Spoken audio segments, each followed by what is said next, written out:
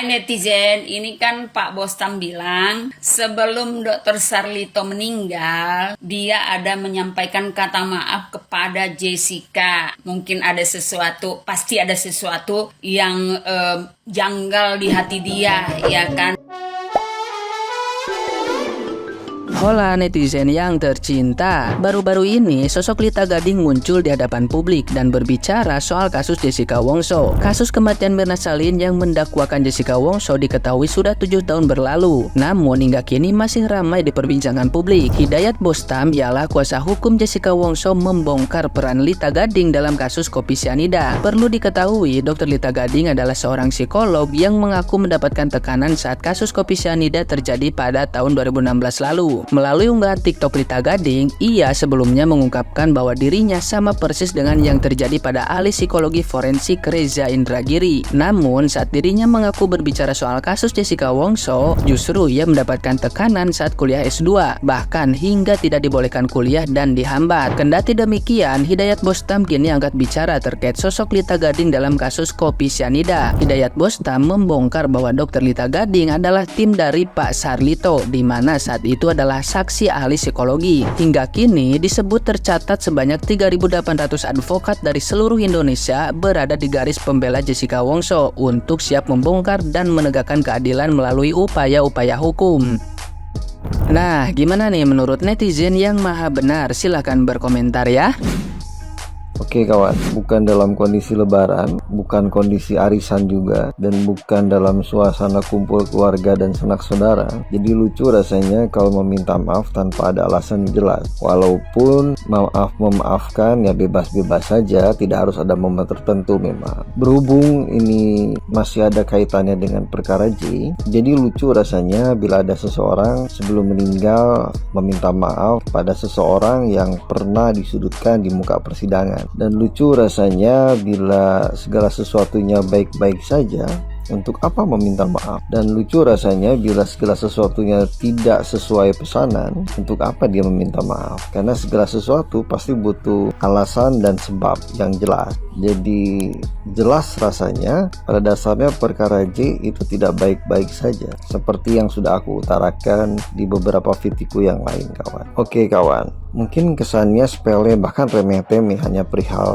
minta maaf sebelum beliau meninggal, tapi kita nggak bisa mengenyampingkan hal tersebut bahwa memang ada keterkaitan dengan perkara J. Sulit rasanya menafikan hal tersebut kawan. Selain karena rasa bersalah, pada akhirnya aku makin berkeyakinan pada dasarnya J memang tidak pernah bersalah dan tidak pantas menyandang sebagai pelaku. Faktanya demikian kawan. J lagi-lagi hanya berada di waktu dan tempat yang salah. Segala sesuatu serba diciptakan, bahkan apa yang terjadi di persidangan pun serba melalui pesanan kawan. Faktanya demikian. Oke kawan, terima kasih.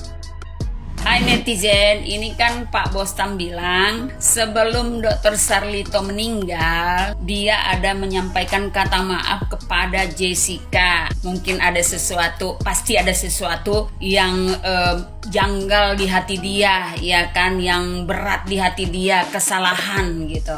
Nah, menurut Pak Bostam juga waktu itu penyidik bertanya kepada Dr. Sarlito karena ada Dr. Lita Gading adalah timnya. Jadi yang menjawab Dr. Lita, tetapi jawaban dari Dr. Lita tidak sesuai menurut Dr. Sarlito. Jadi yang disampaikan Dr. Sarlito itu beda dengan jawaban Dr. Lita gitu. Nah, menurut saya ya netizen ya, ada kala baiknya Dr. Lita Gading diwawancarain juga atau diundang di podcast ini. Kenapa? Karena Dr. Sarlitonya sudah meninggal, nggak mungkin kita tanya lagi. Tetapi masih ada saksi yang ada sekarang ini, yaitu Dr. Lita Gading, gitu netizen. Jadi bila perlu diundang dari podcast ini. Bagaimana menurut netizen? Edi Darmawan Salihin ini benar-benar ngamuk.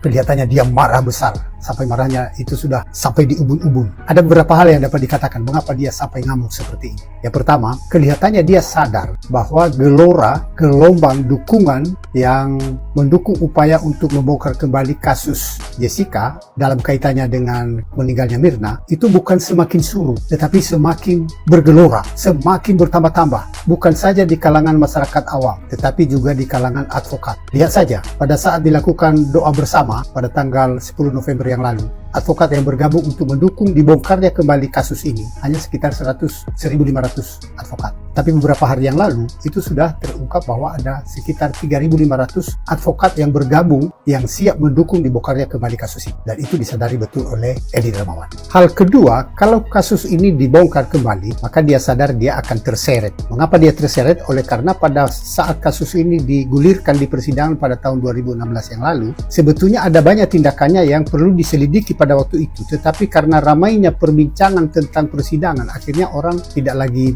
mikir tindakan-tindakan Edi. Misalnya pada waktu dia menyodorkan bukti kepada JPU di depan pengadilan, sama sekali itu kan tidak dibenarkan secara hukum dan hakim seolah-olah tidak tahu pada waktu itu. Kemudian ungkapan-ungkapannya belakangan dan juga sebetulnya pada waktu-waktu yang lalu dia kemukakan itu, mengaitkan Krishna Murthy dan Verdi Sambo, bahkan mantan Kapolri Tito Karnavian, dan dia menyebut itu secara tidak hormat, ya. Dia menyebut nama pejabat itu dengan tidak menghormati. Dia katakan, saya tahu itu siapa itu Krishna Murthy Sambo. Itu pernyataan itu menimbulkan dugaan di kalangan masyarakat. Ada yang menduga berarti Edi Darmawan ini benar-benar memiliki pengaruh yang luar biasa di dalam kehidupan Krishna Murthy, kemudian Verdi Sambo, bahkan mungkin Kapolri. Sehingga dengan kata-kata itu dia memperlihatkan dirinya bahwa lebih berkuasa dari mereka. Dia bisa mengatur Krishna Murthy, bisa dia mengatur Sambo. Kata-katanya itu seolah-olah sama dengan caranya kepada karyawannya. Kalau misalnya ada orang yang bertanya, itu siapa itu yang melakukan itu? Dia bilang, oh saya tahu itu pasti ya itu yang melakukannya, karena itu anak buah saya itu. Nah itu yang membuat dia perlu diselidiki. Nah, walaupun dia ngamuk, tetapi dia punya senjata. Sehingga dia katakan, walaupun 10 advokat sekelas Otto Hasibuan dan Hotman Paris Hutapea tidak bakalan menang. Mengapa tidak bakalan menang? Kelihatannya dia sudah memposisikan diri dan dia sudah menyadari dirinya bahwa dia punya kuasa yang sangat besar di dalam penegakan hukum di Indonesia. Kata-kata ini seolah-olah dia mengatakan bahwa dia bisa mengatur semua proses persidangan. Andaikan kasus ini dibongkar pun, dia bisa mengatur pengadilan negeri, para hakim di pengadilan negeri, pengadilan tinggi, bahkan MA. Sehingga dia katakan mau apa? Tidak bakalan menang. Pertanyaannya, apakah benar dia punya kuasa sebesar itu? Jika hanya ini bualan, omong kosong, maka jika kasus ini dibongkar kembali, para hakim di pengadilan negeri, pengadilan tinggi maupun MA, itu perlu membuktikan bahwa diri mereka benar-benar tegak lurus, benar-benar punya otoritas yang tidak bisa diintervensi oleh siapapun, termasuk Edi Darmawan. Dengan demikian, orang akan tahu nanti bahwa pengadilan kita pengadilan yang benar, dan omongan Edi Darmawan adalah bualan, omong kosong, tetapi yang benar adalah para hakim menegakkan hukum secara adil. Demikian menurut saya.